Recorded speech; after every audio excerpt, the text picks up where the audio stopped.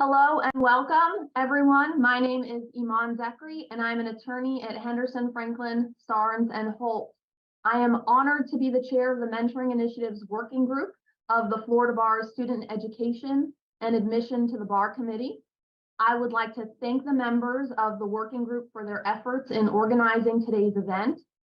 And I would like to thank all of our attendees today for joining us for this very special third session of the Mentoring Makes a Difference CLE series. Today's presentation features Justice Francis and other incredible speakers. Throughout the presentations today, please feel free to drop your questions into the chat or Q&A feature in Zoom. We will be monitoring that throughout the presentation, and we will allow for questions as much as time permits us to. So without further ado, I would like to turn the microphone over to Ita, who will be introducing the committee she serves on and the working group that she chairs. Take it away, Ita. Thank you so much, Iman. Good morning, everyone. My name is Ita Nemotin, and I am the Regional Counsel for the Office of Criminal Conflict and Civil Regional Counsel, 2nd and 6th District Courts of Appeal. I am also very honored to be the chair of the Mentoring Initiatives Working Group for the Standing Committee on Professionalism for the Florida Bar. And I would like to thank the members of our group for all of their hard work for putting together this fantastic CLE program. I would also like to thank Ms. Rebecca Bandy, who is our fabulous Executive Director of the Florida Bar's Henry Latimer Center of Professionalism, and Ms. Katie Young, who is our amazing Assistant Executive Director of the Florida Bar's Henry Latimer Center for Professionalism, in addition to all our fabulous speakers today. But Katie and Rebecca both work very hard to ensure that professionalism is a priority for all of the members of the Florida Bar. Without them, this and many other CLEs would not be possible. I turn it over to Rebecca and Katie. Good morning, everyone. My name is Rebecca Bandy, and I am the director of the Henry Latimer Center for Professionalism at the Florida Bar. And I want to welcome you to our CLE, Mentoring Makes a Difference, session 3. We did the first session in 2020 at the height of COVID. It was our first big CLE here at the center that was done virtually, and it was a great success, as was session 2. So I encourage you all to go to the center's website at www.floridabар.org/PROF. Click on the CLE tab and you'll find a plethora of free CLEs. I know it's that time of year where people are scrambling to get their CLEs done before the cycle ends. Make sure you check out Mentoring Makes a Difference session 1 and session 2, and we'll have this session also available for free on-demand viewing in the very near future. We are very proud of this project because in all the work we do, we know that mentoring is at the foundation of professionalism efforts across the state. Professionalism continually ranks as one of the big issues facing Florida attorneys, and we try to provide resources to allow attorneys to be at their very best at all times to prevent any type of professionalism, civility, or discipline issues from occurring. So if we can be of any service to any of you at any time, let us know. We give speaking engagements and also have tools available for ends of courts, for law students, and for organizations across the state of Florida. We're happy to Zoom in to talk to your staff or to your organization at any time. We can do in-person seminars and webinars, and feel free also to check out the center's very popular podcast, Never Contemplated, which has over 10,000 downloads in 3 seasons. Our latest episode features Secretary Melanie Griffith. Each episode is worth 1 CLE credit hour. So again, welcome. We are so excited about this amazing platform and speaker lineup today, and we look forward to hearing from you in the chat. I'm going to turn it over to our Standing Committee on Professionalism Chair, Jason Berger, who's going to also welcome you this morning. Well, happy Friday. I have the honor and the privilege to introduce Justice Renatha Francis. Wanted to start out by saying a few thank yous. Thank you to Justice Francis, along with all of our other speakers today. Rebecca and Katie, you do a fantastic job. Ida, Iman, and your team, thank you so much for your hard work in putting this on. And most importantly, I want to thank all attendees and guests. It is clear to me by the fact that you are here today that mentoring is near and dear to your hearts. So thank you for choosing us. This is the third year that we have done this, and we're very proud of it. We certainly hope that everyone gets something out of this seminar and then has a great weekend afterwards. So with that being said, Justice Francis. Justice Francis was raised in Kingston, Jamaica, and she operated a small business while putting herself through school. After graduating in Jacksonville, she started on her second career in law. She clerked for the First District Court of Appeals for 6.5 years. After that, she went to Schutz and Bowen in Miami-Dade, where she worked in the mass litigation and class action practice group. From 2017 to 2019, she served on the county court in Dade County, where she also did circuit work. From 2019 to 2022, she was on the circuit bench in Palm Beach County. And then on August 5th, 2022, Governor DeSantis appointed Justice Francis to the Florida Supreme Court. Justice Francis happens to be a mother of two, so happy Mother's Day to Justice Francis and to all of you. And I hope you all have a fabulous Mother's Day weekend. And with that being said, Justice Francis, thank you.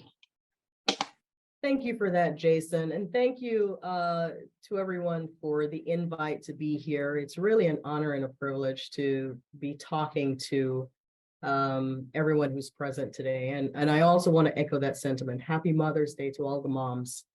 Okay. It's a tireless job, and I know all about that. So good morning again, everyone. And again, thank you for that introduction, Jason. I'm really honored to be here.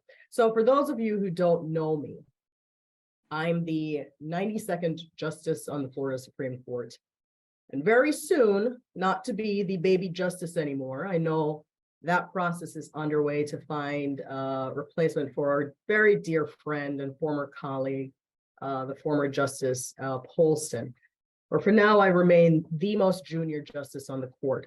So I think it's quite apropos that I'm the one giving this speech today, having fairly recently gone through the process of getting on the court and having relied on mentors as I did to get here. In no uncertain terms, I can tell you that I am where I am today because of my mentors. And how did it happen? Well, I think, just as a baseline, the very first step in any successful relationship, including that of a mentor or mentee, is going to be dependent on the amount of work that you're willing to put into it. And that's true both for the person doing the mentoring and for the person receiving that mentorship. But for our purposes today, I want to focus on the mentees. And there are certain things I believe that you can do to set yourself up for success in these types of relationships. For starters, as a baseline, I think you really should be focused on being good at what it is that you're doing, whatever that is. Do you show up for work on time, ready to take on any challenges that are waiting for you? Do you offer to help on a particularly difficult task? Is your work product good? Or are you just kind of skating along? Are you a team player? I think that one in particular is very important because you can be as smart as a whip, and if people don't like being around you, you're going to have a difficult time. The importance of all of these things can't be understated. For someone to take a chance on you, want to invest in you, want to develop you, it's my personal belief that you have to give them a reason to. You have to bring something to the table. As mentioned in his introductory remarks, Jason mentioned that I worked at the first TCA. It was almost 7 years. And during my time there, I was very intentional about developing a reputation for doing all the things that I mentioned. And I did that. And when you do good work, people notice. And it makes people inclined to want to invest in you. Now, after you've achieved these things, and hopefully it's something that you've been doing all along, you have to decide that you're going to seek the help. And if you're like most people, it's a lot harder than it seems, because I think one of the most basic human conditions is this fear of being rejected, right? For someone to blow us off, maybe by not responding after you've taken that initial step of putting yourself out there, or worse, actually responding that they're too busy, or another fear, thinking that by asking for help somehow it means you're less capable or you're weak.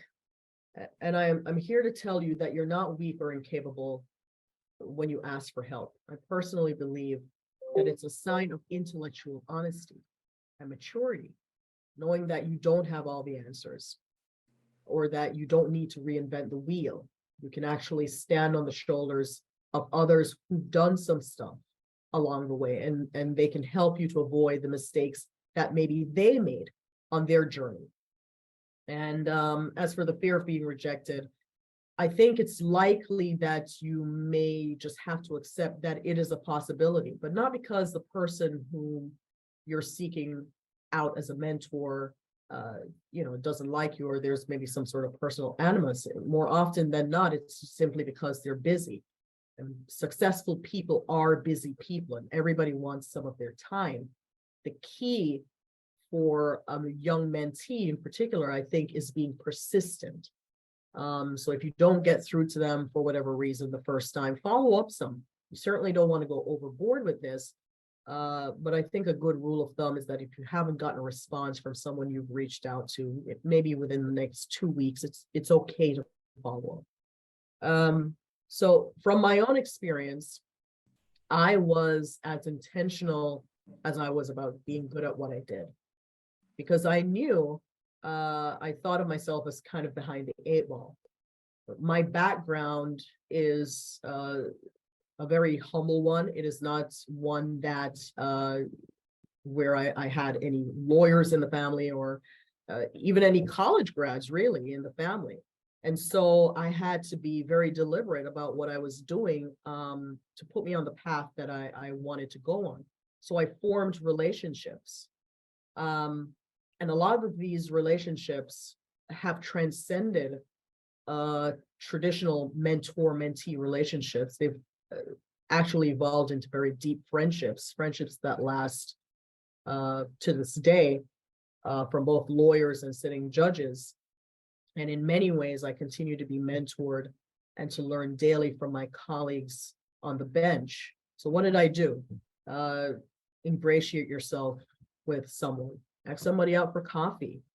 Stop by their office, after you've run it by them first. Hey, I'd like to stop by your office and maybe have a chat with you. I was wondering if you have an availability. We can talk about maybe some of these things that I have questions about. Maybe attending the function that they're speaking at or a part of, maybe sign up for group dinners, picking up the phone, calling, sending an email. The key, I think, is simply getting your foot in the door. But whatever you do, I don't think, especially in those early days of trying to cultivate that mentor-mentee relationship, that it's a good idea to fall back too much on technology as a primary way of communicating. Zoom and Teams and all the rest are great for what they are, and these technologies have certainly really helped us to connect in ways that we couldn't have done before. But there is still, I think, in this technologically driven world, no substitute for a face-to-face, in-person interaction with a person that you would like to be a mentor. It's those personal interactions that we are all, as human beings, built for. that really moved the needle. And that was certainly true for me. So I sought out folks who could move me in the direction that I wanted to go. I knew that I wanted to be on the bench, and so I was going to do that. And so I met with judges, maybe who were doing what I wanted to be doing, or people involved in the process of helping you get to the bench. In doing that, you got to not be afraid to cast as wide a net as possible. And that is very hard for us to do because we tend to seek out people we think are more, we might be more inclined to have lots of similarities to. You want mentors, though, I think, who not only see the world as you do. I don't think you're looking for a clone of yourself.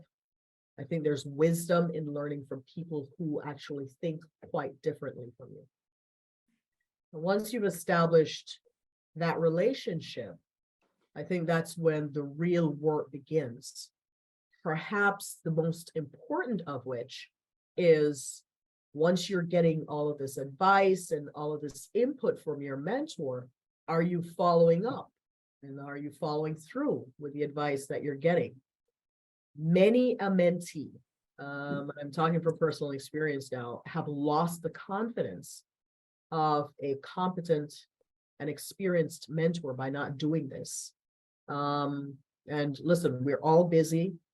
We all have various demands, personal and professional, but you simply have to prioritize when you're being intentional about seeking out a mentor, and actually following through on some of the advice that you're getting. You know, their time is valuable, as is yours, so treat it that way. And if you are, over time, your mentors start making connections for you, start giving you opportunities. And if you've been doing everything right at this point and you've built sufficient trust, I think that's when really great things start happening. So with that, I'm a big fan of brevity. So I hope this was helpful. And I really encourage you to make those connections. They are invaluable. And again, thank you for the invitation to be here. And I hope everyone really enjoys the rest of the program. Thank you so much, Justice. We appreciate you.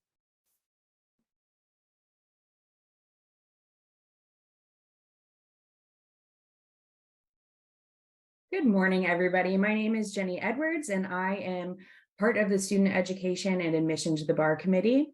And it's my pleasure today to introduce Joe Longfellow and Mike Haire. Mr. Haire is a native of North Florida. He's completed undergraduate and graduate programs at Brigham Young University in International Relations and Comparative Literature before graduating from the Florida State University Law School in 2000. For more than 20 years, Mr. Haire has litigated first and third-party insurance matters, including general liability, product and pharmaceutical liability, mass torts, arson, fraud, and bad faith. When not otherwise engaged, he enjoys the outdoors, hunting, fishing, and guitars. Mr. Joe Longfellow is a partner with Andrews, Crabtree, Knox, and Longfellow, LLP in Tallahassee, Florida. His practice focuses on defending hospitals, practices, and medical providers in medical malpractice cases, and defending law enforcement agencies and officers in civil rights cases. He's been a member of the Florida Bar's Student Education and Admissions Committee for 5 years. We're very excited to have them as our mentoring pair today. So without further ado, I'll turn it over to Mr. Haire and Mr. Longfellow. Thanks, Jenny. I'll go ahead and get us started here. I just want to first echo what Justice Francis said about mentorship and the value it offers to each and every one of us. I mean, I would not be where I'm at today without one of my mentors, which happens to be Mike Haire, who's with us here today. And that relationship that I began with Mike started back in 2002, before I was even in law school. I did have an idea I wanted to go to law school, and Mike was a young attorney back then.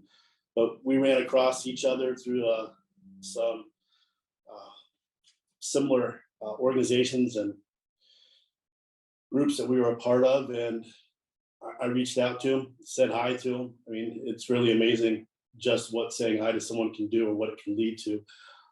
We developed a friendship over the next few years, and as I began law school in 2005, I began to realize the importance of having someone to go to ask a lot of questions.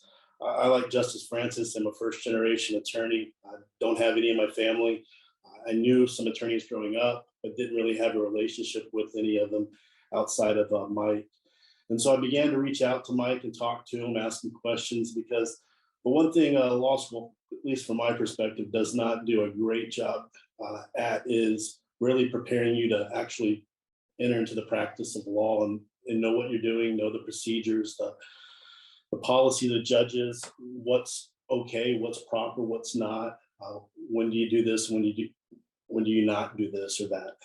And so as I came up on my third year of law school, I was fortunate to enter the market during one of the biggest legal recessions that's ever been seen in 2008. It was a time when lawyers were getting laid off left and right, offers were being rescinded or significantly delayed by years. And I was fortunate enough to have a wife who happened to be pregnant with our first child.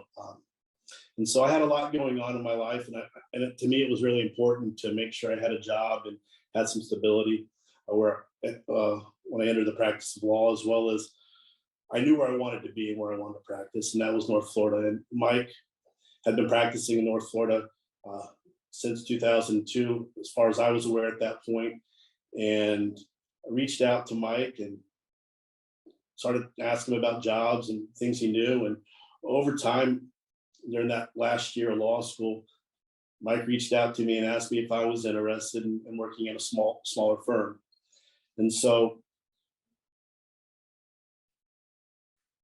I told him, hey, yeah, I definitely would be interested. And Mike, because of the relationship he had with my partners at the time, they accepted his referral of my name, and it ultimately led to me going there and working there, and it led to other relationships. But one of the things that was consistent from 2002 all the way up till today is that relationship that I've had with Mike and that I continue to have with Mike as I practice law.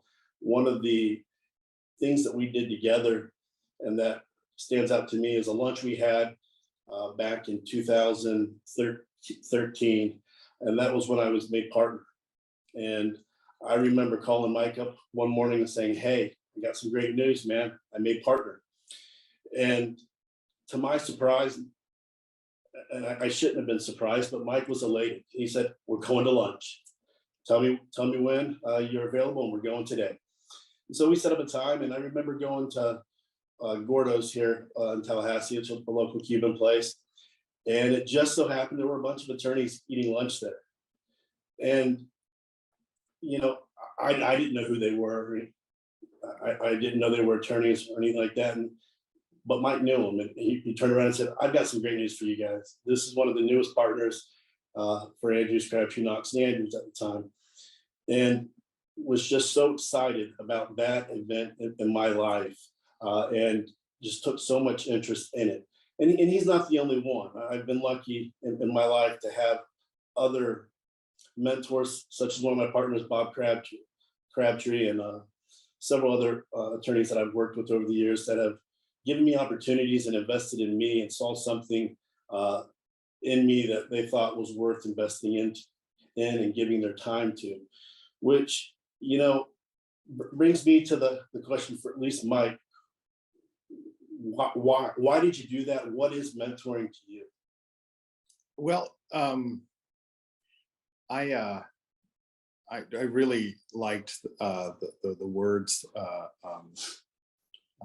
Justice Francis gave us earlier about what we need to seek, and kind of where it comes from within us, and being diligent and working hard to be better at our craft and our trade.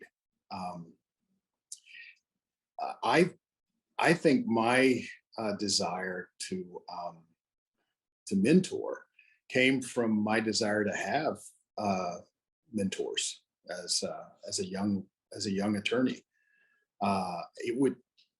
I really liked hearing the stories, at different meetings or at restaurants, and I always enjoyed those. But I also liked the way. I knew there were two ways to learn: the hard way and the easy way. And the hard way is, and all of us have. None of us are one way or the other. All of us have a mixture of that. And the easy way is learning by somebody else's mistakes or someone else's experience. The hard way is choosing to learn from our own experience. So I intuitively knew that or had been taught that at some point that I can't recall. And so I sought out people, and I really appreciated when they listened, when they didn't judge, when it was a safe relationship to go. I mean, there's certain times you just couldn't go to a supervising partner and say, I'm struggling with this. How do I approach this?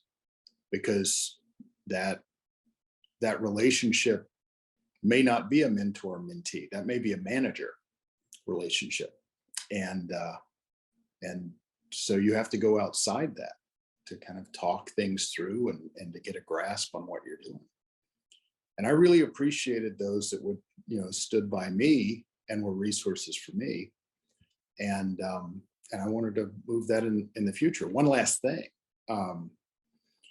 I've noticed over time that I've learned just about as much being a mentor as I was in a mentee relationship with other attorneys. There's something about expressing, discussing, and thinking critically and sharing your experience with someone else that helps solidify and helps you reprocess that again. You get a second chance, or a third or a fourth, anytime you're interacting with as a mentor, to relive, readdress, and reprocess these experiences that you had, and not hiding behind all of your success, but sharing those failures as well. This is what I learned from that, or this is, get a call or an inquiry. Have you ever done this? Yes, I've done that. Well, what did you do? I see this scar. Yeah, it didn't work out. If you, this is what I did, it didn't work. And if you come up with something, let me know. And sometimes, sometimes you do get information back. You do process and get more information. Then as the relationship grows, Joe and I talk fairly regularly. There are times when there may be a new case. We still practice in the similar, areas of law. And so I may talk to him, but I may talk to Bob or anyone else. A lot of my go-to stuff is Ed Herndon at Conroy Sinberg, who was a fantastic mentor for me. And he just stayed laser focused on the issues that I brought, and didn't overwhelm the conversation with ignoring what I said or ignoring my fact pattern or issue, and just telling me what he had experienced. He would try and apply it. And I think that's a critical component too. But I always appreciate that approach. Well, going on that, mentoring is not this monumental hurdle that cannot be overcome, or that's so difficult that only a select few get to do it. Mentoring is really simple. University of Washington, when I was Googling just mentoring, last couple of days. They describe it as sharing with a mentee information about his or her own career path, as well as provide guidance, motivation, emotional support, and role modeling. It's an action word. It requires action from two different sides. And to a certain extent, I think we all have a duty or responsibility, wouldn't you agree, Mike, to not just share the wisdom, but to help those around us preserve the sanctity of what the judicial system represents, what it's supposed to be. Well, I think that's a really good point. I think the value of what we do, and I don't think it's seen this way. I know it's not perceived this way outside of the legal field. I don't know how much it's perceived this way inside it. Is it the value of what we do and the value of what we bring lies in our relationships and not outside that. I would take it a little bit farther than Justice Francis did when she said, you're of less, or to kind of paraphrase it, you're of less value when if you are really you have expertise in an area, but nobody wants to work with you. I would say you have no value. It doesn't matter what's here. If you can't share it, if you can't process that and share it to somebody else, what value does that have? If you can't disseminate and have the whole, and here the relationship would be the whole, be greater than the sum of its parts. I mean, that's the benefit of the mentor-mentee relationship, really, is that both people are getting something out of it. It's not just a resource for one or the other. It really does build these relationships. And, like Joe's, you're a perfect example. Was it a risk? It's always going to be a risk when we refer someone or we give them our bona fides or our letters of introduction that used to be really formalized back at different periods back in prior centuries, but we still basically do that. Letters of reference, references on a resume. When you agree to do that, that's a commitment, and that's a risk. Not all the time those risks don't always work out.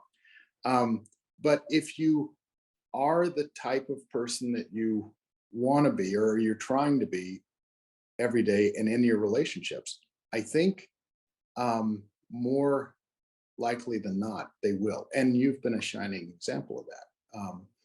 I've been really proud and pleased and it just makes me happy about every time you have success and climb in your career, because I know, not just enjoying that success, but knowing that you're becoming a greater resource and may catch something that I might miss as I lose a half step or a step. Well, I think that that's an important part of it too. Just one thing I got from what you said right there was the joy that you've experienced from being a part of that whole process. And one of the things that is a very limited commodity is our time.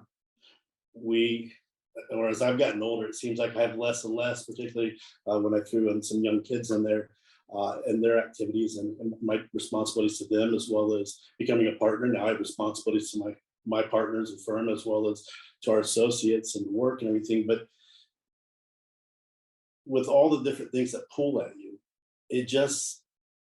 I can't find something that's more valuable than the opportunity to help somebody else along and to see them progress and to see them grow, which, I like what Steven Spielberg says about mentoring. He says it's the delicate balance of mentoring someone, or the delicate balance of mentoring someone is not creating them in your own image, but giving them the opportunity to create themselves.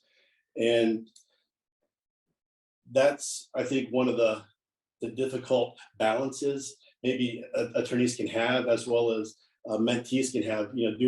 Particularly at the beginning, you feel this need to fake it till you make it, because you don't really know everything. You're kind of trying to act like you do, you don't.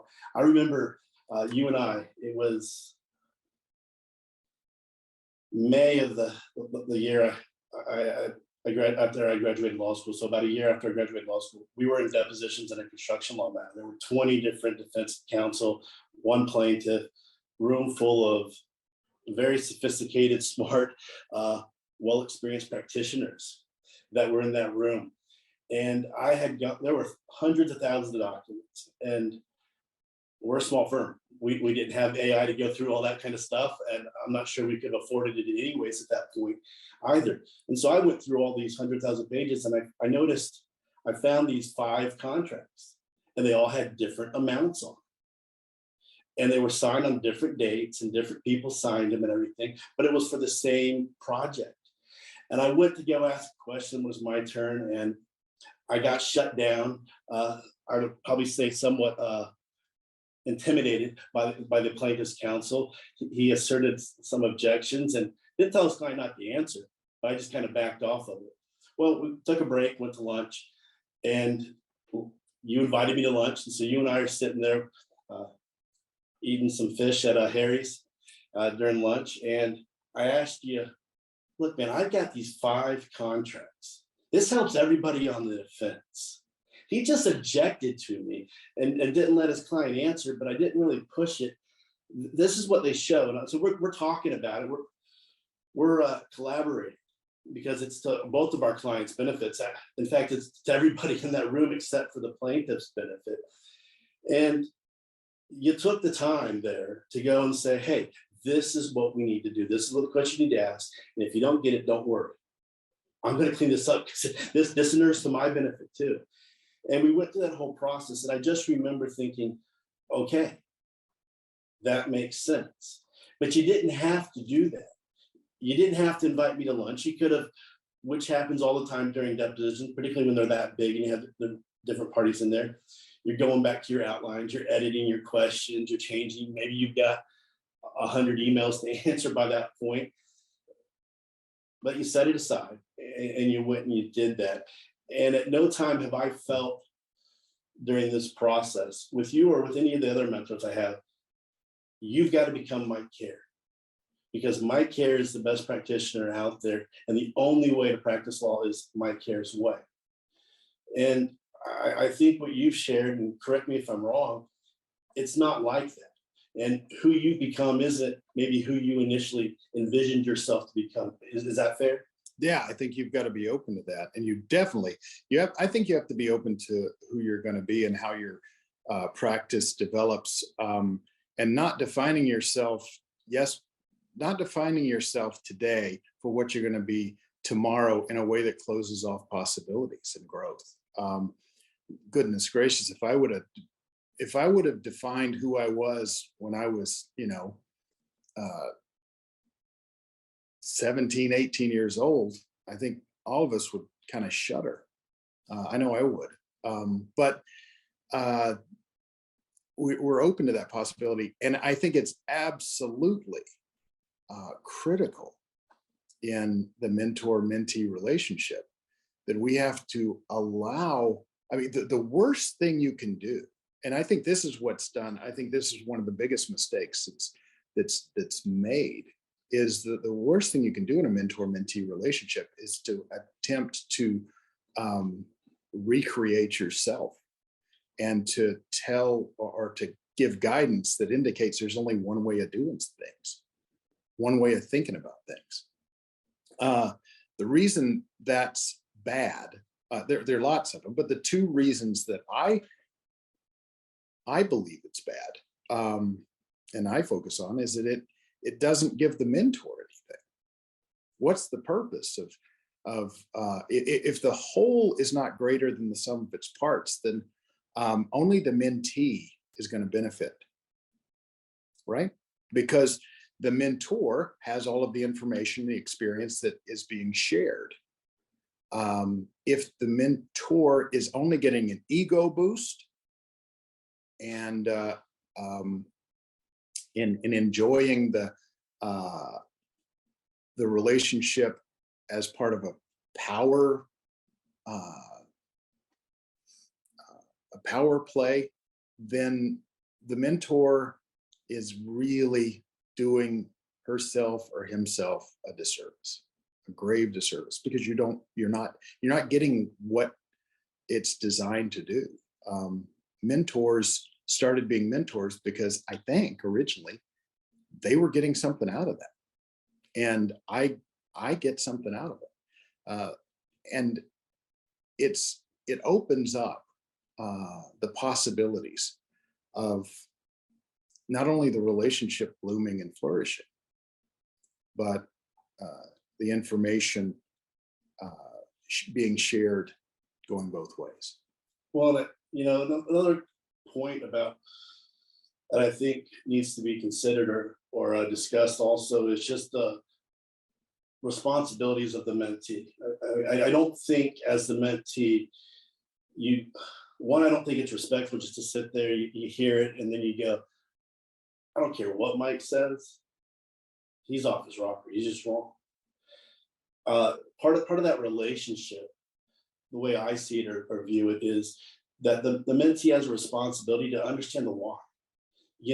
One of the things you learn in law school is asking the why. Keep asking questions. Try to figure out to understand what the rationale is thinking. I mean, that's so much like being an attorney, where you go out there, I've got to figure out why this expert believes X, Y, and Z. What's supporting it? I know you're going to give me some circular answers, but let's see if I can put you in a corner and get you to give me what your opinions are, and then explain why or how you got there.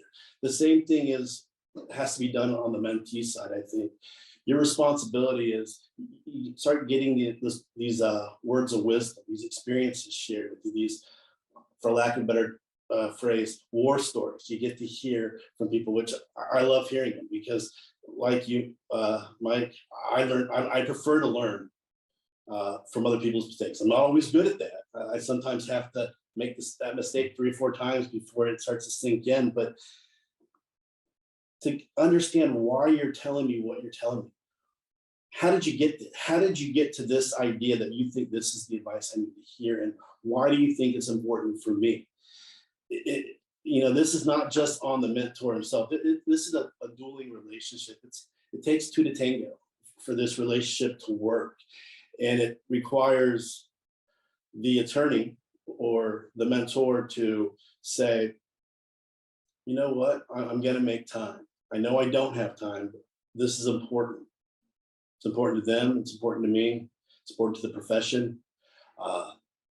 And so I'm going to make time regardless of what the circumstances are for this relationship to flourish. And then the mentee's got to do the same thing. You've got to be there. You've got to do things. You can't just sit back and think someone's going to say, you know what, I want to be your mentor, and I'm going to give you the key to the mansion right now. I'm going to give you all my clients, and I'm going to, let you have all the money in the world and have all this. That's not how it works. It all begins with building a relationship of trust.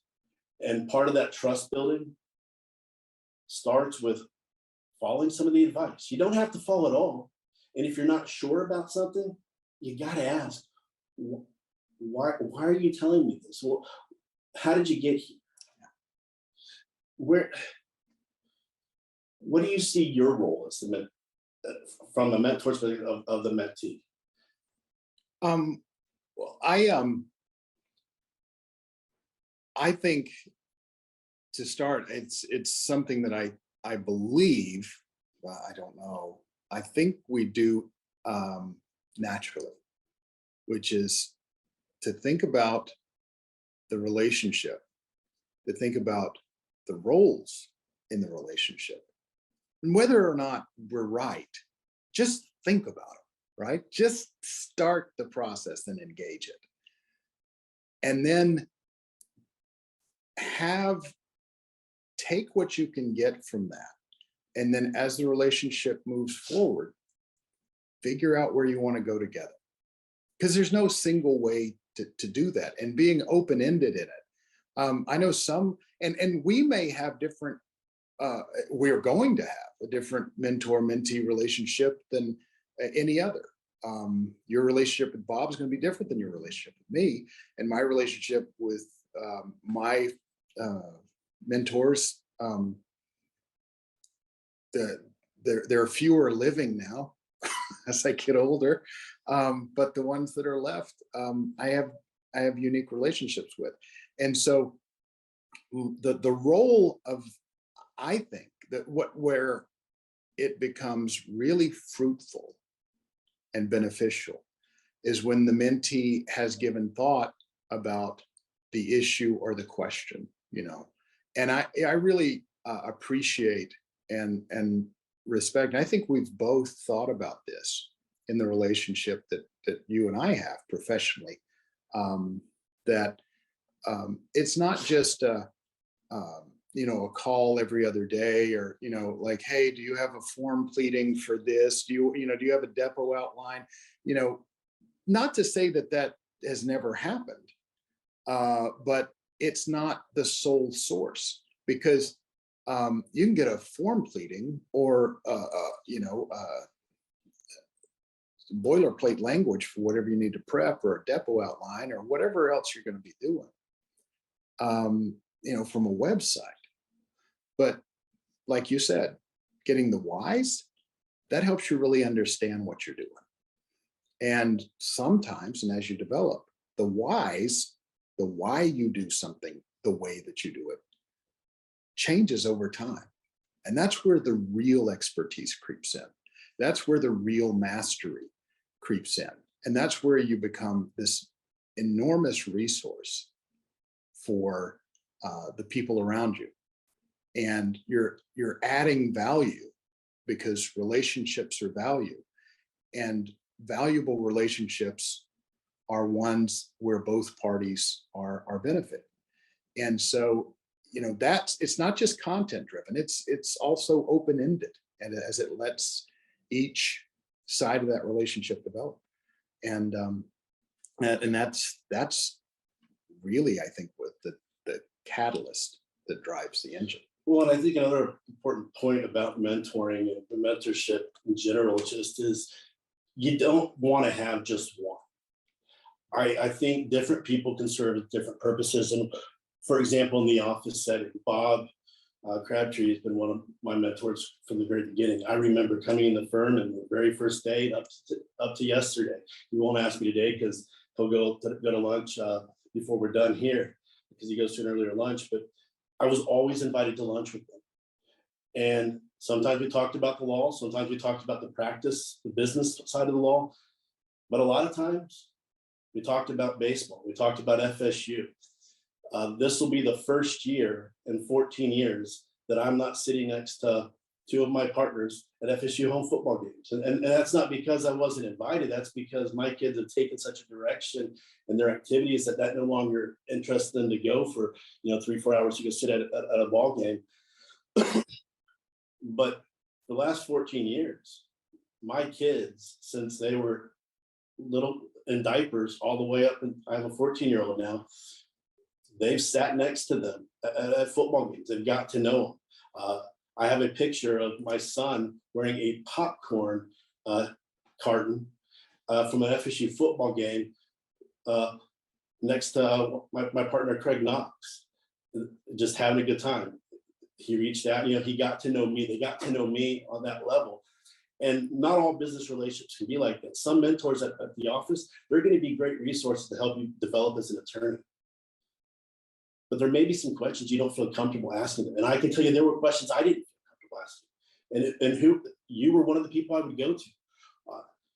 How do you build a book of business in the insurance defense world? It is not the same as when my partners began. When they began, you could go to parties and events here locally, and adjusters and those that decided, they were here in Tallahassee. They're not now. COVID's even made that even farther removed. And so getting that kind of advice, and now as you transition from the insurance defense side over to the personal injury plaintiff side, I've been able to ask you other questions. And I'm not suggesting you weren't as open as you were before, but I feel more comfortable asking because we're not, quote unquote, in competition anymore for some of the same work. But giving me insights and is, hey, look, I don't know if this is going to work, but this is what I've done. This is how I did it. And using that as a catalyst. I mean, that's what I think we need to be open to and really looking at as individual attorneys, because I don't think it matters how old you are, you always can use a mentor. And there's so many different places to look. Would you not agree to where you can find these mentors at? Absolutely. And that you never know where it's going to come from. I mean, depending on the type of law you practice. I mean, when you're doing, class or mass torts, which is very similar to some of the larger construction cases that we have in Florida and elsewhere. You've got 20, 25 attorneys sitting around a table, and you have just folks around, and you never know where a lunch will lead or a conversation.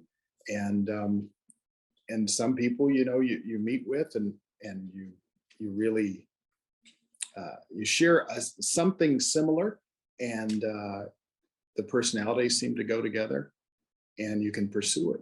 And that's all part of just day to day going about, and just in a quest for excellence and in a quest to be better.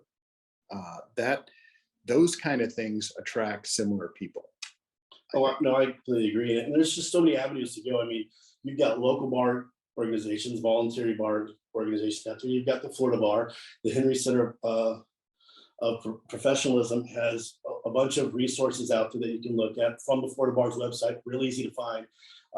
Former bar president Gary Lesser had a big mentoring initiative that allows you to sign up to become a mentee or mentor.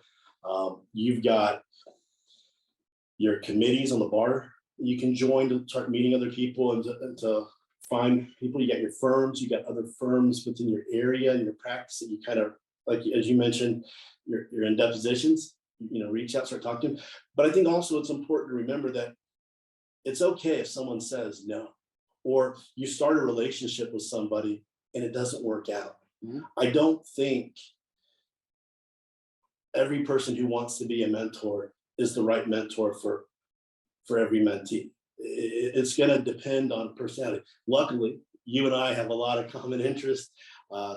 We both enjoy the small town life and being outdoors and stuff like that, which is a great thing to go on. But you don't always have to have those commonalities also to have a relationship. There's different bounds or structures or walls that you can kind of have set up for, hey, this relationship's going to be based on this. This is what you're going to do for me. This is what I'm going to do for you. But it's a give and take with the mentor also taking some of that responsibility, saying, hey, look, maybe I'm not going to gain as much from this person on this issue, but on this issue, we can really collaborate and come up with something great. As well as, I would say, and I'd like to hear what you have to add about it, but on the opposite side, the mentor, they have responsibilities too. And some of those things can be, hey, would you come with me to this meeting? I want to introduce you to so-and-so, or would you collaborate and write a paper with me, an article? Would you present a CLE? Hey, that's what we're doing right here. I reached out to you and said, hey, would you like to present with me? And without hesitation, you just tell me when and where, and I'll be there. And here you are in Tallahassee in my office, and we're meeting like this. But what do you see the responsibilities of a mentor? Well, I think obviously you have to prioritize at some level the relationship and your role as a mentor. If you and by prioritize, I mean find where it sits in your capacity. You can't run faster than you have strength, and you have to manage that appropriately. But if you prioritize it, you can fit. You can always fit something in there. I mean, it's rare, I think, as we get busier, it's rare to take, to drop everything and take a call. And so the people that we do that for, are usually close family, and that's just the way we have to do it. But after that, text me or call, and then follow up. I think that's key. And I think if you, continue to ignore or devalue that relationship to an extent where you're not really functioning in it as a mentor, the organic life expectancy of that relationship ends. But it doesn't have to. And there was something you said earlier that made me think about this. I had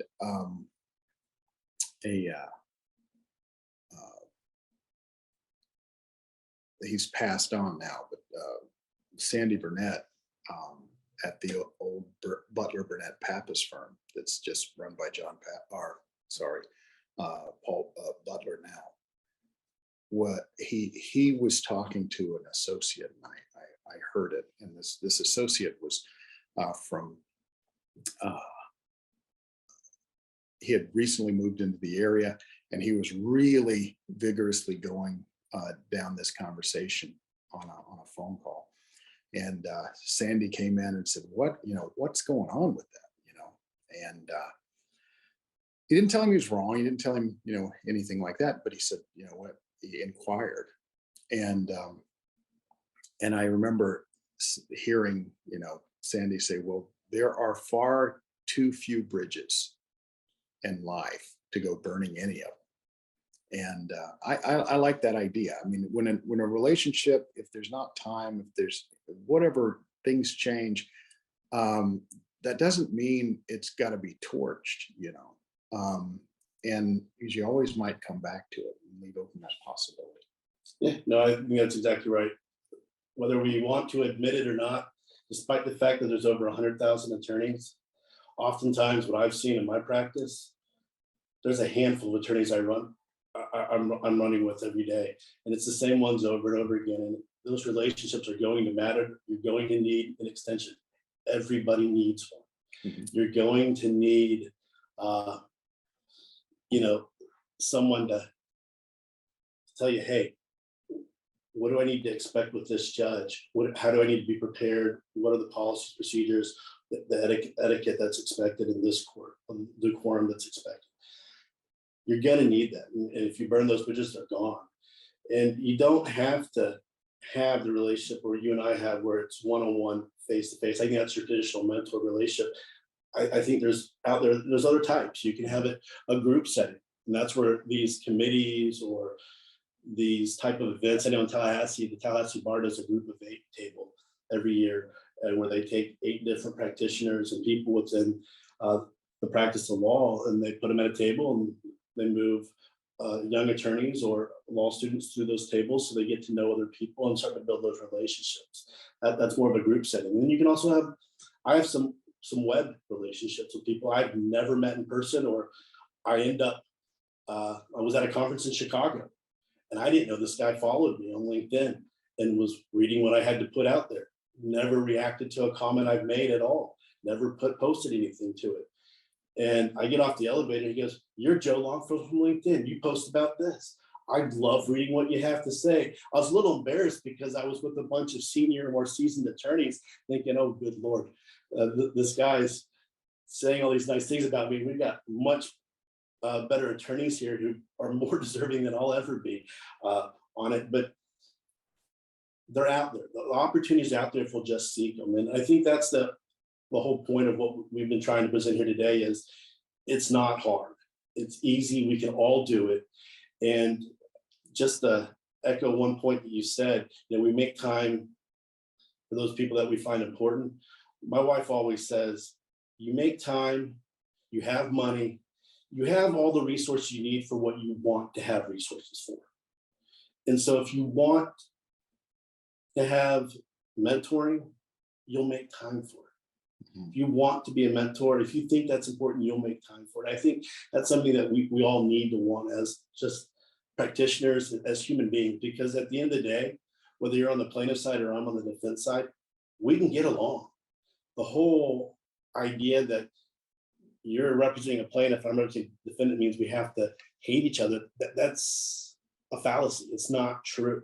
We can disagree on a certain perspective and still love each other, respect each other, care for each other, and treat each other as humans. And that's what I've seen, or at least in my experience, we start to see maybe the disintegration of, but Absolutely. And I think it has to do with, a misplaced, one of two things, either a misplaced valuation of what we need in our lives and how we move forward and progress, or a misplaced ego, where we become more insular, right? I mean,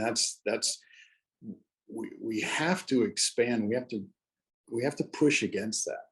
And I think that presents a wonderful, as much of a challenge as that presents. And like many challenges in life, it presents a great opportunity. As attorneys represent what's going on in society and culture globally, not just in our country, where it's more fragmented. People are saying it's more insular. People are just kind of drawing back. I mean, if we just, I don't know if this is appropriate, apply market theory to that, scarcity creates value, right? It's probably a little profane to mix economics into that, but I think it applies that as I think we're going to find if people, and I think there are examples of this, attorneys that become more insular and that just rely on their take, their little cubbyhole of the world and their little analysis of the law. They miss it a lot of times, and they don't know why. They can't figure out why they're not prevailing at trial or at a hearing or on appeal. It's mystical to them, or it becomes personal, right? They don't like me, it's a conspiracy. They're trying to exclude me. They. Whereas the more you branch out, the more you get a sense of, you gain an amount of understanding that you just can't get isolated and squirreled away in your own little world or your own little practice. No, I agree with you wholeheartedly. And I think that's probably where we're at. I see we've gone to our time. We'll turn the time back over. Good morning, everyone. It is now my honor to introduce the Honorable Melissa W. Nelson, State Attorney for the 4th Judicial Circuit. Melissa Nelson took office as the State Attorney for Florida's 4th Judicial Circuit in January 2017 and was re-elected in 2021 without opposition.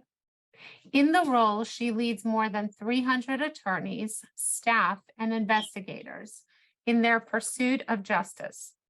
Since taking office, she has implemented policies to strengthen public safety and incapacitate dangerous individuals while establishing needed smart justice reforms and initiatives that have saved taxpayers increased transparency and community protected.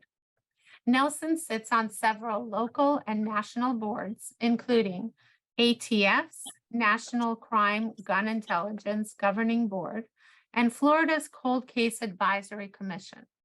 She earned her undergraduate and law degree from the University of Florida and is a fellow of the American College of Trial Lawyers. Please help me welcome the Honorable Melissa Nelson, State Attorney for the Fourth Judicial Circuit. Thanks. Good morning. What is our format today on this topic? Are there panelists who will be posing questions to me?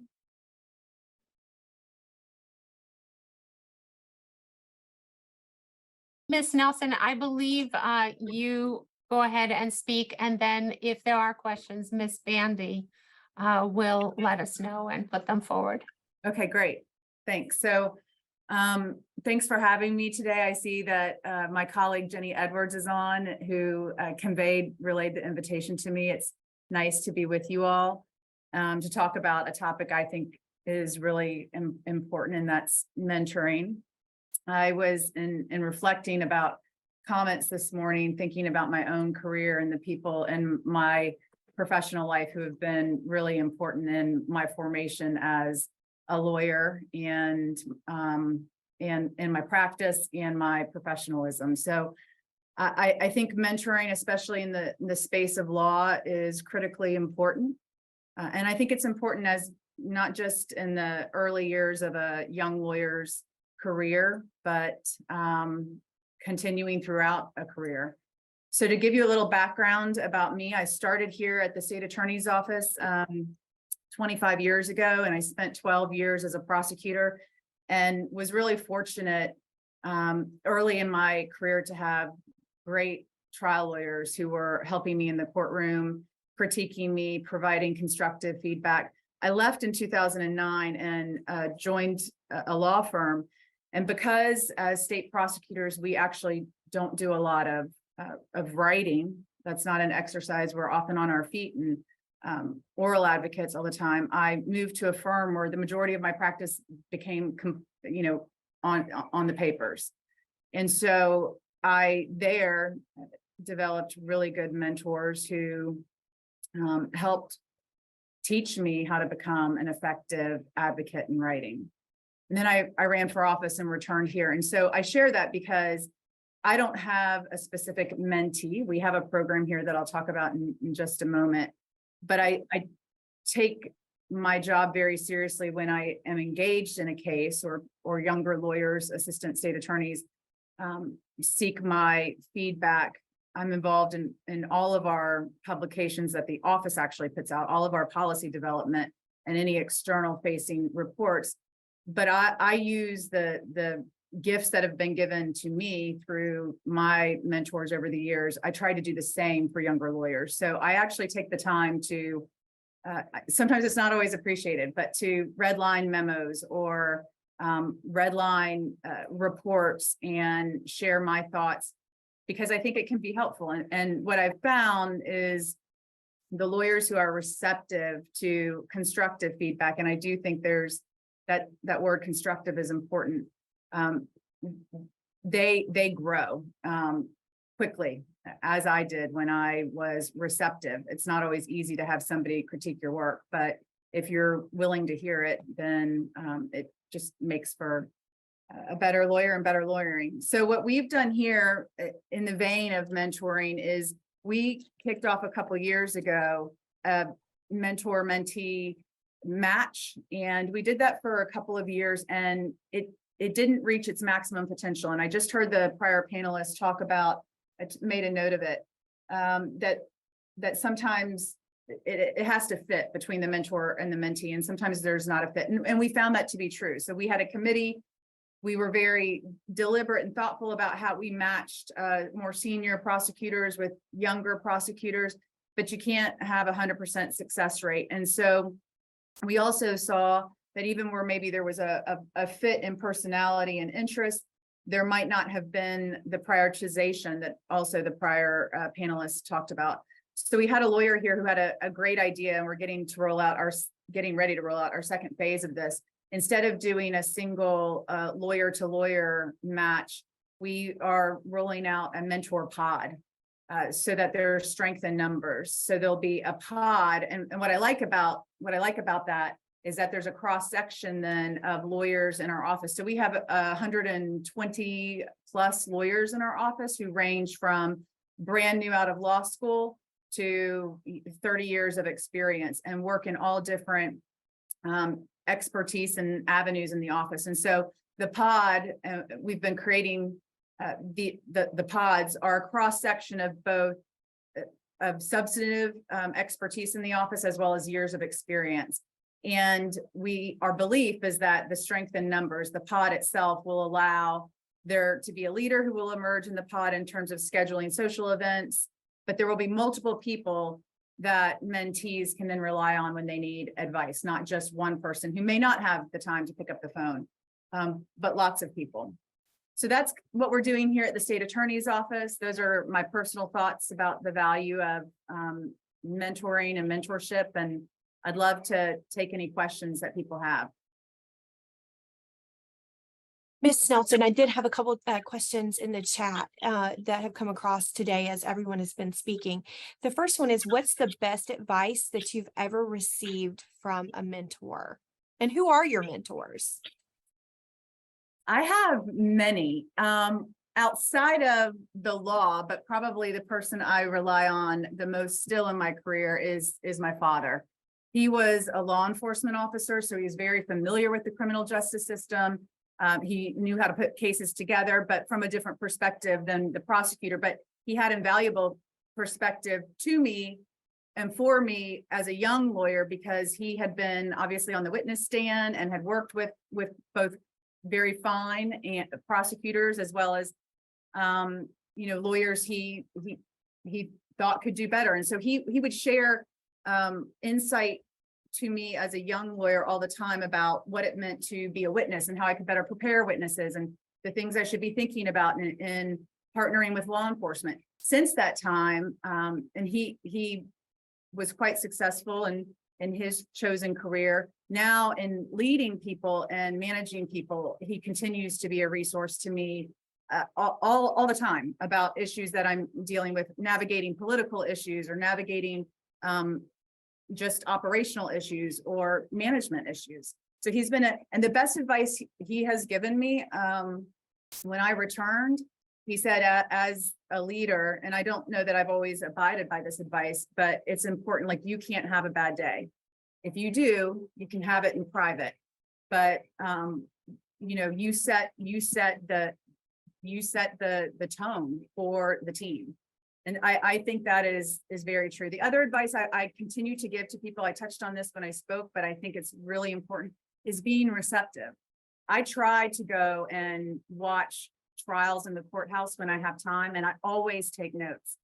And sometimes lawyers will seek me out and say, what did you think? And I love to have the opportunity to share feedback. But sometimes people, are not interested in that. So I would say being receptive, and also the different, especially in trial work, so much of it can be stylistic and subjective. So I think the more opportunity you have to get more feedback.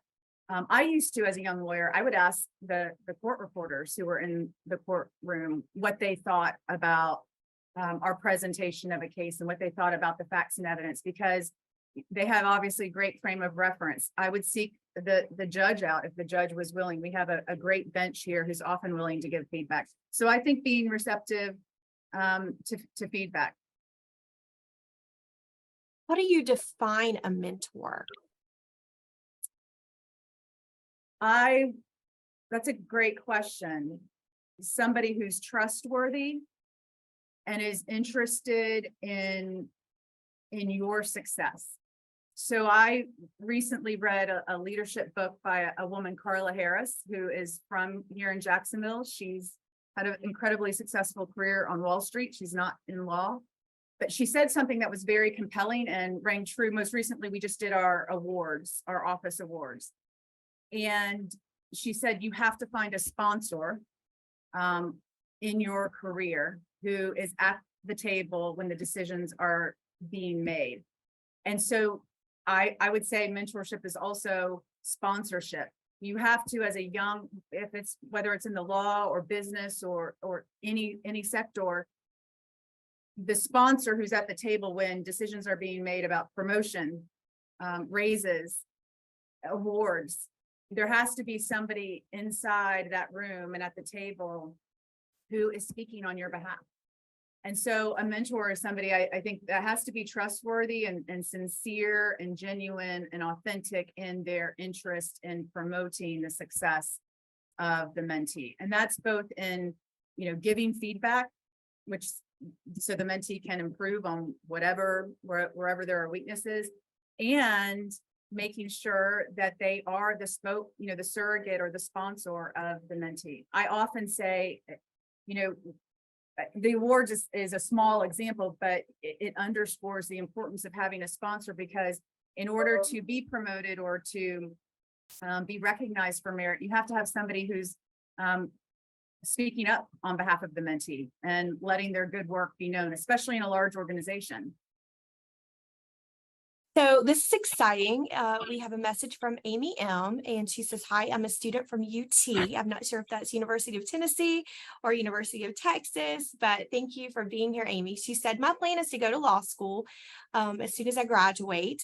I have experience as a legal assistant within a private law firm or firms, but I really want to try to get connected within the Florida courthouses. What advice would you give to undergrads to sort of get them in the door, to get them experience connections within the court system? So I'd say two things. I actually believe in cold calling, and in this, I'm in now my 7th year in office. I have received emails or requests through our website from both undergrad students and law students all across the country. I have always returned those emails or those phone calls. Some have been for interviews for papers that students are working on. Some have been just for advice. So, and all of those have been people with whom I do not have a previous relationship. And so if cold calling is intimidating, and I would also say, I believe in the 6 degrees of separation. So we all have a network, and especially in today's world with social media platforms, we can find out who is connected to who. And certainly if Amy works at a law firm as a legal assistant, she's got resources right there who have connections, if maybe not directly in the courthouse, maybe it's 2 or 3 degrees separated, but to employ those already current resources she has at her disposal to connect her to people in the courthouse. But I would say, go to the courthouse and knock on doors and introduce herself. And people, especially those of us who have been doing this for a long while, I'm inspired by young lawyers who want to make a difference and are interested and excited about learning and meeting people and creating networks. So those would be my 2 pieces of advice. Use the resources she has and go ahead and put herself out there. Thank you for that answer. And it's University of Tampa, so we have a Florida girl. I was reaching out of state. So kind of building on that response, how often do you think a mentor and mentee should meet? Or when you're forming your relationships with potential mentees, are there any tips for that? Are there any, have you ever had an experience where you're like, that's not a match for me? Or if it's a match, maybe your time is limited. How do you set those parameters? And I apologize for the multi-layered question. Oh, that's okay. I would say this, and I'm not good about this, but somebody shared this system with me many years ago, and I was just thinking about it this past week, and it's a great system, and it's a tickler system in calendaring. So this friend of mine many years ago had developed mentor relationships with people in his business world. And he created on his calendar, he actually had an old school hanging filing system for every month of the year. And he would put reminders in each month about who he wanted to make contact with and how he wanted to do that. So that could be true for both mentees or mentors, is just using a calendaring system like touch base. And I do think that's important, because we get busy and we forget, but if it's in our calendar, or we have some sort of tracking system that tickles our memory to touch base. I don't know that there's exactly a formula for what's the right amount of time or how frequently. I think it would depend on actually what the goal is, what the piece of work is, what the needed advice is. But I would suggest maybe just setting up some sort of standardized, tickling system. Do you set parameters ahead of time, or do you just organically grow the relationship? Well, that's interesting. I have to be careful in my position about to the question about organically. The one thing I don't like about my position is I can't develop the same type of, I would say, friendship, social relationship that I might otherwise be able to do, but for the position that I'm in. So now with people, with my executive team and the people I work with day in and day out, that those are not necessarily mentor-mentee relationships. Those are professional relationships, but they have been forged in years in the making and have grown very organically. And I have to ask about these pods. You mentioned them. I'm fascinated by them. Katie Young in our office, our assistant director, mentioned in our chat that we are in the process with a mentoring committee here at the bar. Former Secretary Simone Marciller is on today, and she mentioned it as well. Great. Yeah, so we're developing a mentoring app. So you can sign up on the Florida Bar's website. Katie posted the link on the chat, and also there's going to be a booth at annual convention to give more information about this, but we want information on how this pod is going to. That's so cool. Awesome. So Jenny is on. I see that she's on today, and Christina Stifler is the lawyer in our office who was the brainchild of the idea and built out the concept. And so Jenny can be in touch with Christina. She would love to share her thinking, and it's really interesting. So we have a monthly leadership meeting, and Christina came to our meeting last month and presented it to us and is about to roll it out to the office. So yeah, I would love for her to share that with Jenny and your group. That's fantastic. And then I guess last question, let me check the chat one more time. So I guess the last question from me would be, what advice particularly do you give to government attorneys? Oftentimes when we're going out and we're doing presentations with government attorneys on any subject, what we hear is we feel a little neglected. I think internally you guys do a great job of trying to set up programming and really support your people. I don't know that we from the outside always do that so well or know how to do that so well. So what would your advice be either to people, within the bar to support government attorneys or, state attorneys, public defenders, but also, just in general, what do we need to know? What do you want those folks to know about how to take care of themselves, how to be their best selves? So if I'm following the question, are you asking my thoughts about the private sector support for government employees? Yeah, I think so. I think both. Like in Okay. terms of what can we as a bar do to help our government attorneys, because Great. we know how hard you guys work. But also just, what advice do you give to other government attorneys, within your own staff, but other government attorneys across the state? What advice do you give to them as well? Really, so I think it's a two-way street. I think it takes skin in the game from the government attorney too. And you're correct. And I appreciate you recognizing, like, the lawyers here, all lawyers work hard. The lawyers here work hard in a different way in that they have it seems much less flexibility with scheduling because they're in court often, 5 days a week for hours at a time. And then they're in the deposition room for the afternoons following morning court. And they don't have necessarily the control or the autonomy that we often do in private practice to control our calendar. And so one of the things that I try to encourage young lawyers to do, and it's hard with the demands on their schedules, is to get involved. And I didn't appreciate that until I went into private practice and I was required to be involved, right? There were incentives from my firm to get involved in different organizations. We actually, part of our billable hour requirements, we got credit for pro bono work, to get involved in pro bono work. So that's when I realized really the value of networking, which is obviously really important in the private sector. And so I try to encourage our lawyers to be involved. And to that end, we have a couple of people who work with me and are focused on identifying boards that our lawyers can get involved in and making sure that we send out information and solicit interest, making sure that we're tracking awards in our region and our circuit, that we're very aggressive, I would say, about nominating lawyers for different recognition, because we want their profile in the community.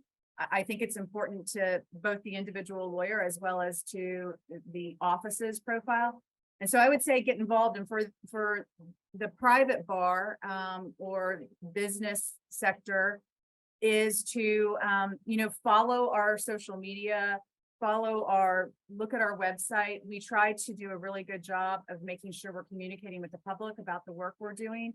And I can't tell you how much I obviously field a lot of complaints from the public, but it feels great when I hear from the public about the good work or a good interaction they've had with someone in our office.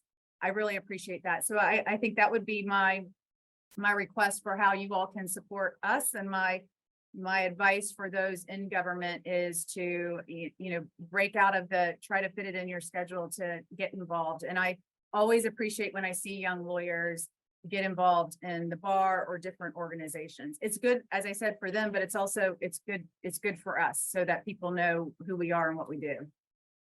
I'm going to cheat. I said those were the last two questions in one, but I do have one last question for you. How do you find balance? Oh, well, I'm not the best to answer that. I have recently, since COVID, I'm married to a really, really great man. We have 3 kids, and he is my sounding board, and he is my balance. We are very different personalities, and he is, I think, a much, an older soul than I am.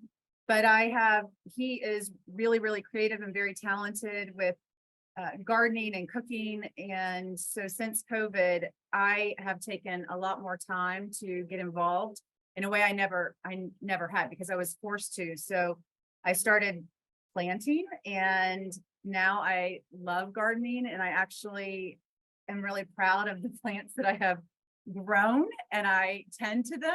And that's given me a lot of joy and a lot of quiet time. It's also where when I water my garden, where I say prayers and think about what I need to do for the day. So I guess that's where I find my balance in my husband and my plants.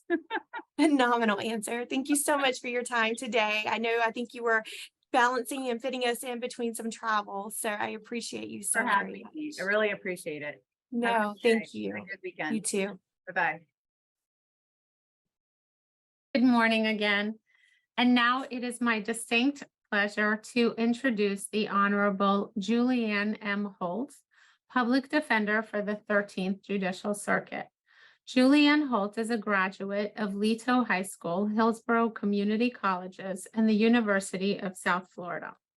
She graduated summa cum laude from South Texas College of Law in 1980 and returned to Tampa to begin practicing law.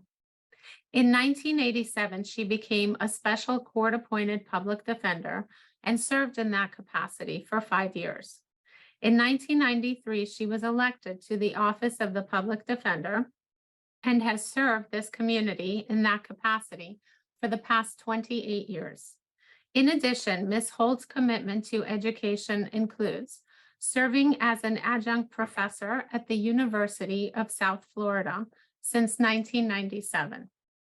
Ms. Holt participates on many committees and councils, which are focused on, on issues pertaining to the criminal justice system, as well as improving the quality of life for the youths of our community. She is past president of the Florida Public Defenders Association, a current member of the Board of Directors of DUI Counterattack, current chair of the Leadership Council of Safe and Sound Hillsborough, which maintains a public health approach to education and reducing violence in our community. Foundation board member of the Boys and Girls Club of Tampa Bay, and is chair of the Public Safety Coordinating Council for Hillsborough County, just to name a few. Ms. Holt has received multiple awards throughout her career.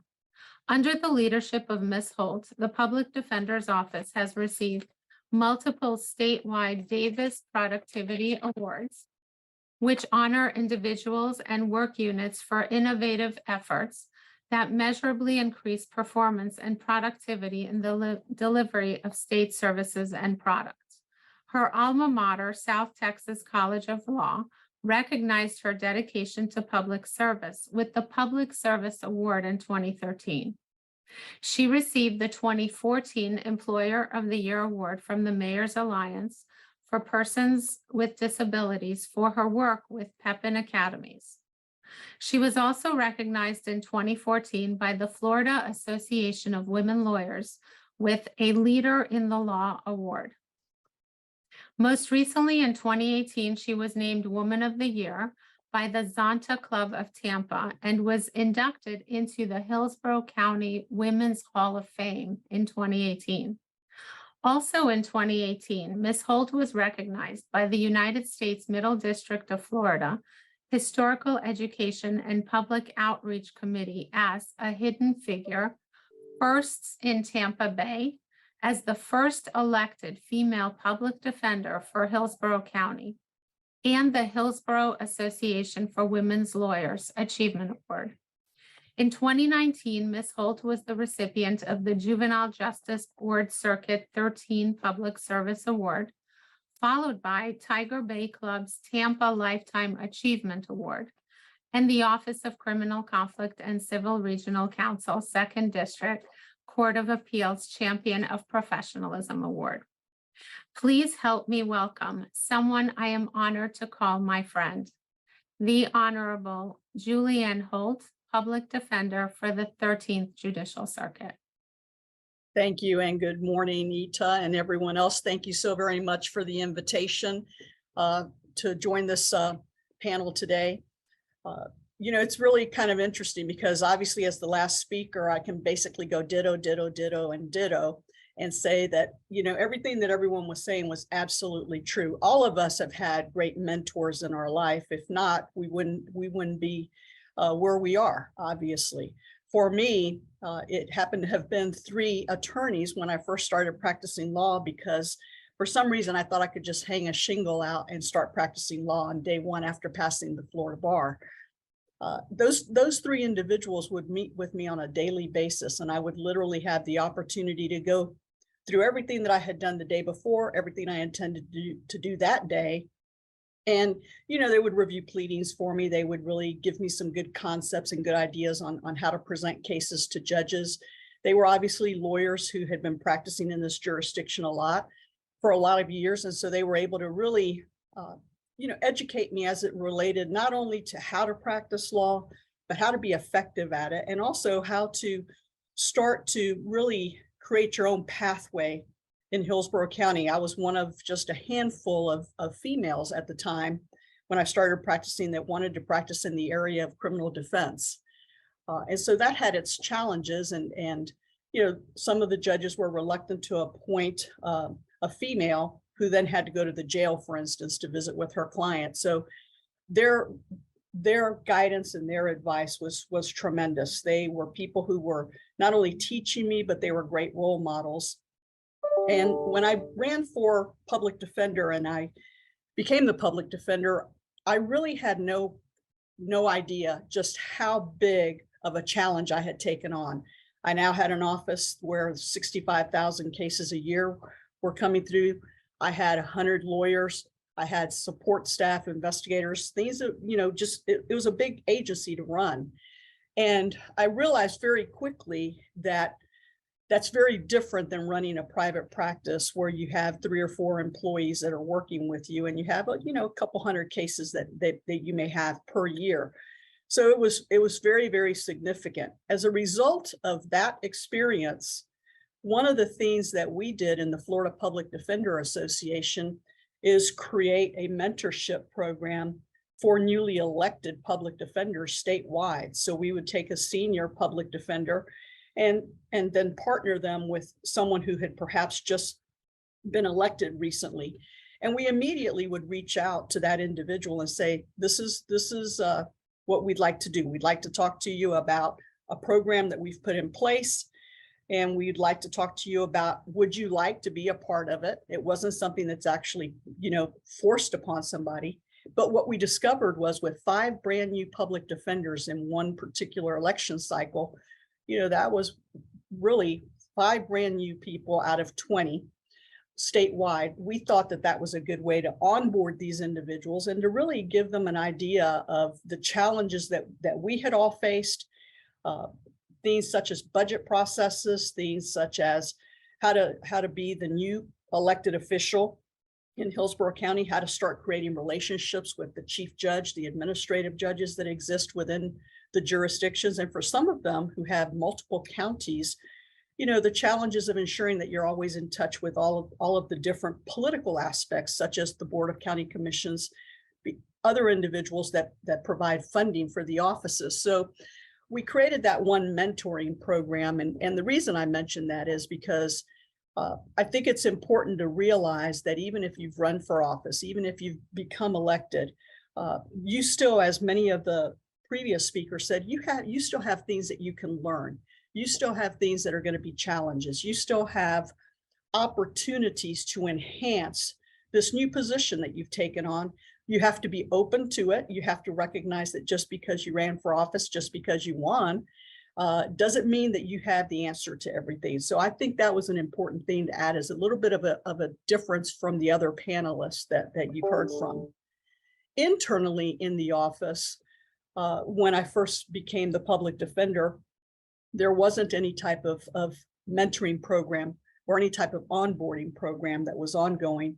And what I discovered very quickly is that the manner in which, and we're going back lots of years now, so we go back to 1993, a lot of people would just be hired, and the very first day that they were hired into the office, they would be handed 100, 150 cases, and they were asked to go to the courtroom and start representing individuals. And if you don't think that that's a scary prospect, you should try it one day. Just come to one of the offices, pick up 100 cases, 100 files, and walk into a courtroom and see what that feels like.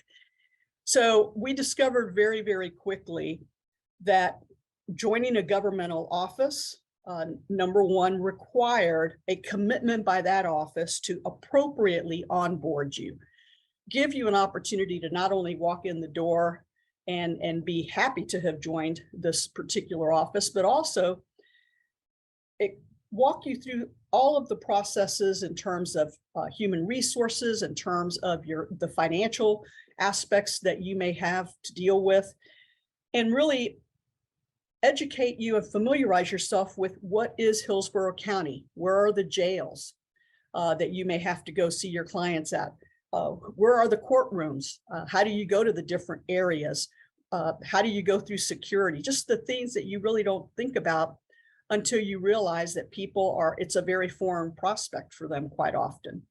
The second week, what we do is we're very fortunate that we allow now for an entire week for that individual to shadow the respective area that they're going to be assigned to, the respective courtroom that they're going to be assigned to, which gives them, without a caseload, gives them the opportunity to sit there in those courtrooms or sit in those work areas and learn what the job is going to feel like the following week. And so that 2-week process we have found to be very successful in bringing someone in a slower manner, bringing someone in so that they can really feel a little bit of confidence when they physically walk in with a caseload to start representing individuals in the courtroom.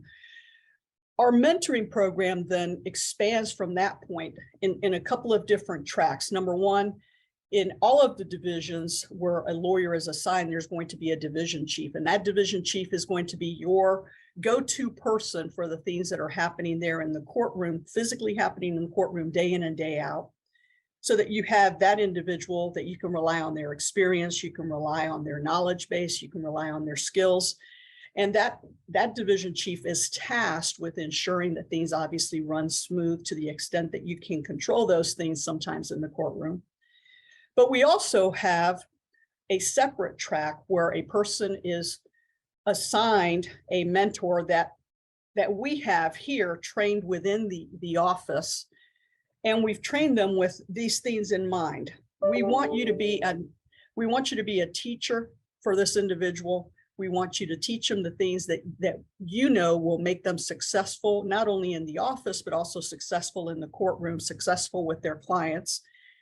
that person is also going to be like a counselor to them. They're going to advise them on the things that perhaps work best, either in the courtroom or work best with a client. In today's world, many of our clients have mental health challenges, and that's not something that's really taught in law school. As you know, that's something that you have to really work towards learning how to handle clients with those types of concerns in a way that you can then be an effective attorney for them. The other thing is we want that mentor person to be an ally for that mentee, so that ally, as Ms. Nelson indicated, that person has someone that's advocating for them, has someone who's got their back, someone who's protecting them, someone who's watching out for them, whether it be in the courtroom or whether it be in other areas. And you also want someone that will not only advocate for them, not here internally, but advocate for them also in the courtroom, because as you know, as a less experienced attorney, there are possibilities that you may make some errors in the courtroom, and you want that person to be able to advocate with the judge and with the state if these errors are in some way affecting your representation of a client. We accept the responsibility here in our office to ensure that we're not only effective in the courtroom, but if there are problems that arise, we take the ownership of those. By creating this mentorship program, it allows a more senior attorney or an attorney that has certain skills to actually support this mentee attorney in a way that will not only garner confidence for that mentee, but will also ensure that they're progressing as they should, not only in the profession of practicing law, but also within the office. And so we try to really keep people on track. We acknowledge here in the office that quite often the mentees really, it's called in the world now, it's called reverse mentoring.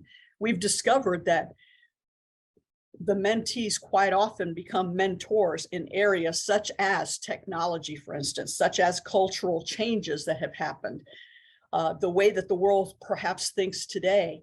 Rather than say, oh, we have a generational gap, what we really do is, we say to someone, you can learn from someone that just now graduated from law school. Not only are they fresh in the knowledge that they have learned, but they're fresh in techniques that they have learned. And so it's really a very good mutual relationship that we see that's discovered. Obviously, the people that become mentors, you want to be a mentor to someone who really doesn't just accept what you say and just mimic that in some way. You don't want to mimic styles, as a couple of the previous speakers said. It's not a style that you're trying to create. What you're trying to create is a work ethic. What you're trying to create is a pride in the profession as well as the work that we do. What you're trying to do is create opportunities for that particular mentee to learn effective communication skills that perhaps have not been taught in the law school in some fashion. And you really want to empower that mentee to realize that every day that they're doing the work, that they are getting better and better, and that they can advocate for themselves, advocate for their clients, and really garner that confidence that we always say at the end of the day, when you're practicing law, when you're in front of a judge, you always want to be prepared. You always want to ensure that you're commanding the discussion to the extent that you can with your facts and your law, so that you can be effective in front of the judge and obviously in front of a jury, which is something that's extremely important. We have also set up a track where everything that is done in a case is done from the team effort. So no one goes into a trial unless there's two individuals that are going to try the case together. You have a second set of eyes, you have a second set of brain, obviously, of the skills and the knowledge. So our office has been very, very built around over the last 30 years, has really been very much built upon creating the relationships here internally, strengthening through the mentorship process, enhancing our onboarding process, and then taking it to the next level, which is at the end of the day, for instance, I've announced my retirement. What have we done for succession planning? What have we done for knowledge retention that has to exist for the future? And so we also mentor those people who have a desire and have expressed a desire to go into leadership positions. So so our mentoring is not only for the new lawyers coming into the office, but it's really to enhance everyone's future dreams. So really what happens on the first few days that you're here is you will be asked by several people, what are your goals? What are your 5-year goals? What are your 10-year goals? And most of them will say, I just want to do good this year. And we say, no, we'd like for you to really step back a little bit. We're going to help you. We're going to help you to achieve this year as a strong year, but we're also going to try and enhance for you. What are your future goals? We encourage external networking and external involvement, as Ms. Nelson indicated. And for the same reasons, we want them to realize that in order to move forward in your career, you need to have not only the internal aspects, but you also have to have the external aspects of life. And so we encourage that tremendously. Because of the work that we do and the attorney-client privilege, having external mentors has to usually stay very focused on your career mentoring as opposed to case mentoring. And so what we also do here internally in the office, again, to ensure that people are being properly mentored, coached, and trained, is we've created calendar scheduled case conferences on all cases that someone is carrying so that they have the ability to go to someone, use them as a sounding board, and really learn everything that they can possibly learn on how to perhaps handle that particular case. And we also mentor in the areas of transitional changes that the office may be going through, so that people can understand how we can transition from one particular manner in which perhaps the office is running and shifting into another one. And what that means, for instance, is if we're transitioning in terms of how we are handling COVID situations, for instance, or if we're, how are we handling the hiring of experts when there's a challenge in that area now. So we mentor in that area. And the last thing that we do is we do group mentoring from the standpoint of small groups are put together in a way to try and teach you these challenging areas, ballistics, DNA, for instance, how to properly cross-examine someone, how do you really impeach someone? And so we do small group mentoring also in that fashion. So you have the broad, you have the peer-to-peer, you have the group, you have the rapid mentoring that exists in the courtroom with the division chief. And we have found that all of this really does move the attorneys from day one to where they really need to be, where they're confident in handling things on a day in and day out basis. We've found that this works really, really well. So again, I want to thank you all very much for allowing me to be on this panel, and thank you all very much for this opportunity. And for the person who is from the University of Tampa, my son graduated from the University of Tampa, give me a call and I'll walk you into all the courtrooms. Oh, that's so awesome.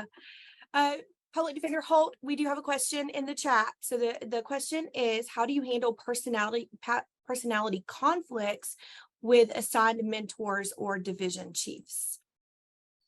So, and this is going to sound like I may not have the sympathy DNA gene in me, but I say to people, the practice of law will bring to you colleagues that you may not get along with, prosecutors that you may not get along with, judges that you may not get along with. And the sign of a true and effective advocate means that you can work through all of those things. And it's you just have to do that. It would be very easy to switch people on and off, but I think it's a great learning lesson when you have someone who differs in personality and the personality conflicts. I think it's important for them to work through that. Now, saying that, we work really hard at ensuring that there isn't any type of bullying that's going on, any type of, hey, do it my way or not. So I listen to people when they come to me and they talk to me, and everybody knows that I have an open door. I answer my own phone, for instance, so they know that they can walk in and they can talk to me about anything.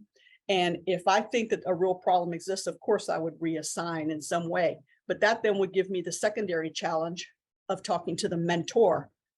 And again, perhaps redirecting them in some fashion. So Thank you so much. So I am going to, well, actually, we have one more in the chat. She says, Shardine Hill, who's our incoming SCOP chair. So that's our Standing Committee on Professionalism, SCOP. She says probably one of the best tips a mentor can give a mentee is how to deal with varying personalities, especially those who differ from our own. What a life skill that is as well. So fantastic advice. So I'm going to toss it now to the center's assistant director, Katie Young. I've mentioned her a couple times throughout this program, but she's going to talk to you a little bit about our new mentoring program that we are putting together here at the Florida Bar. And she's also going to give you the COE number for this course. We are so grateful that you joined us on this Friday morning. Thank you so much to our panelists for their time and preparation. Thank you for being our guest. We will have this entire program up shortly on our website for on-demand viewing. So send it out to all of your friends and colleagues so that it can help them as well. I don't know about you guys, but I've taken some invaluable nuggets of information today that I will definitely be sharing. So Katie, over to you, please. Sure. Thank you, Rebecca. And again, I want to thank each of our panelists today. You did an amazing job, and I learned so much about your own personal mentoring stories, as well as the different programs that you offer as well. And again, thank you to our attendees too for joining us today. A little bit about the new Florida Bar mentoring program. It's called Counsel to Counsel. Florida Bar President Gary Lesser made mentoring his platform this year, and he appointed a special committee on mentoring. And the Florida Bar and this committee have worked tirelessly throughout the year to put together and create this program and the curriculum to accompany the program. It is going to be administered on a platform, a technology-based platform called MentorClick. It is set to launch fully at annual convention. So again, I'm going to put in the chat a link to sign up for notifications for the program. This year is a pilot year, so it's specifically designed for new lawyers with 3 or fewer years of experience, and also practicing at firms with 3 or fewer lawyers. That is for the mentee to qualify for the program. And mentors can be any practicing lawyer, Florida Bar lawyer with 5 or more years of experience. So again, if you are interested in getting involved, please use that link to sign up for notifications. It is set to officially launch at annual convention. So if you will be there at annual in June, please stop by our booth to learn more as well. Again, thank you all so much for your time this afternoon. And Iman, I'm going to turn it back to you for closing. Thank you so much, Katie. I just wanted to thank everyone again for taking the time, our speakers, for sharing your wisdom with all of us today. I think it's been a fantastic discussion. And as Rebecca and Katie said, watch out for the recording that will be made available on the Center for Professionalism's website. And I would just like to thank all attendees for being here, and I hope everyone has a great weekend. Thank you all. The COE number is in the chat, but for convenience, for those of you who are auditory learners like me, 7409. 7409. Have a great weekend.